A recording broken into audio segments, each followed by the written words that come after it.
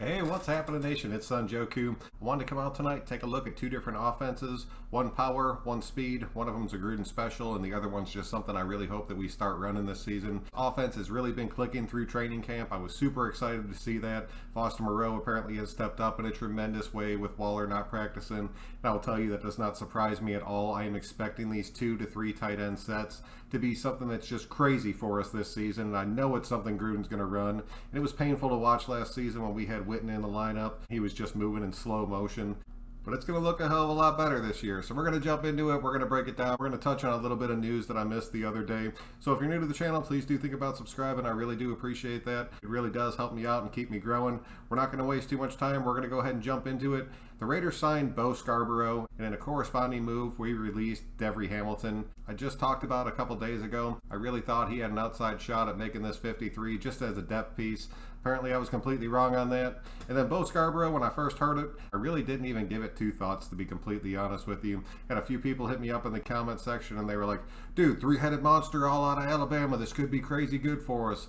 I had somebody else like, dude, he's 6'1", 235. This dude is the power back you've been wanting. And in all honesty, you're right. Like, I've been pounding the table for a damn power back. Like, it's just a true change of pace power back to come onto this team. The big thing that holds me up about Bo Scarborough, we are the 5th team he's going to play for in 3 years. So that usually spells camp body 90% of the time. So I wanted to be wary of it, but I'm telling you, man, sometimes a player gets onto a team, they get into a new system, they get into a new fit, and they see, I have a legitimate shot at making this team. I got to beat out 2 rookies. I got to beat out Regis. I got to beat out Groshek. Jalen Richard's out indefinitely with his foot injury, and then he has 2 starters in front of him. The dude has a legitimate shot at being the number 3 back on this football team. He started, 6 games last season for the Lions, so he has play and experience. And granted, it's not great. It's still more than Groshek and Regis have combined in the NFL. So I don't want to completely write this kid off yet. We're going to give him a chance, man. He's going to start immediately working with the team. He's going to get a few practices under his belt before the preseason games. Maybe he'll show up in preseason, do something that could win him a spot on this 53. We are still searching for that number 3 running back. So maybe he can fill that spot for us. If he can, so be it, dude.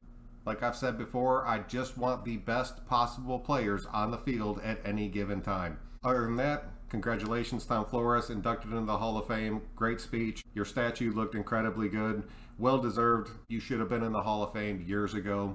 And that's really the only new Raider news that has come out. All right, man, now let's take a look at these offenses real quick. The 3 tight end is a Gruden special.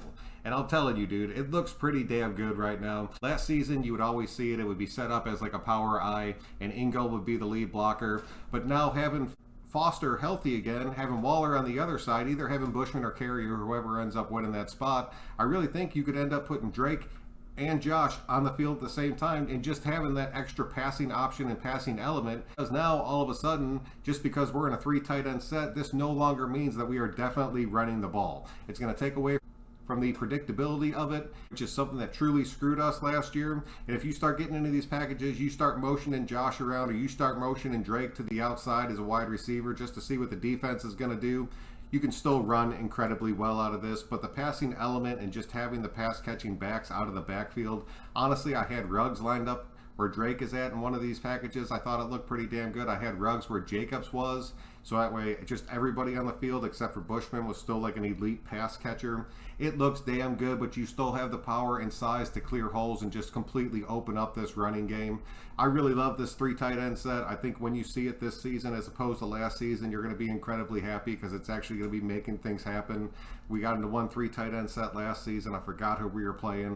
I seriously watched Witten run like a 5-yard out in slow motion, get the ball, and end up 2 yards short of the first down, and it drove me freaking insane. But that kind of thing is not going to happen in this 3 tight end set. I'm really thinking it's going to be one of the staples of this Raiders offense, especially when we get into like the goal line and short yardage situations.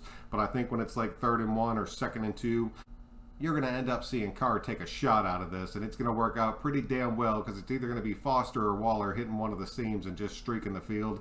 So let me know what you guys think about this, man. Give me just a second. I'm going to go ahead and jump over into the other speed formation and get your guys' thoughts on it. I will be right back. Okay, this is one of the speed packages that I was talking about. I love this.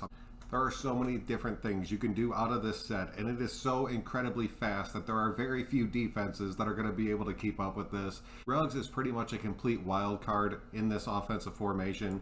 You can motion them up, put them in the slot, empty that backfield, and all of a sudden you have all these guys crossing. Renfrow on a shallow little cross, Snead on like a 10-yard cross, you send Waller on a deep post, and then Ruggs just streaking and Brown streaking on the other side. Dude, that is insane. Nobody's going to be able to keep up with that. The safety's going to have to bite on Waller, which is going to leave Ruggs wide open, and the other safety's going to have to cheat towards Brown, which is just going to leave the middle of the field completely open for either Renfrow and Snead, because either one of these dudes is going to roast whatever linebacker's left covering them at that point. And with how fast Carr's release is, we will be able to exploit teams out of this formation.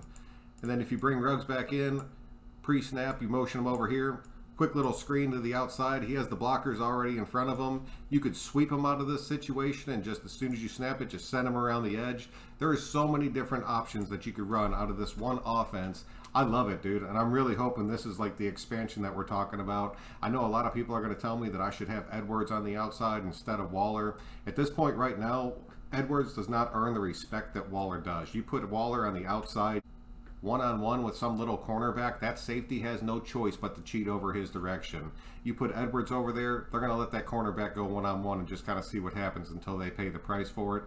But Waller demands that immediate attention. That's why I wanted to put him on the outside, so when you stick Ruggs over in the slot with pre-snap motion, all of a sudden every defender takes a step back, they start talking, everybody's confused, and then you just have pure speed on the left-hand side of the field.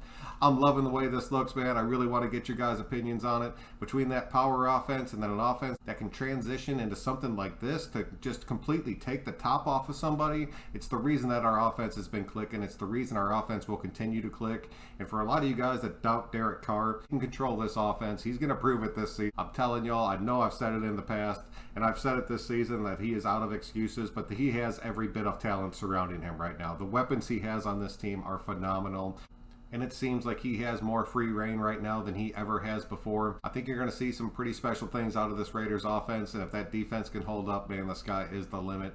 That's pretty much what I have for you guys tonight. Thank you very much for checking it out. I really do appreciate it. If you can click that like button on the way out, it really does help me out and keep me growing. But until next time, guys, I'm Son Joku, and we will catch you on the next one.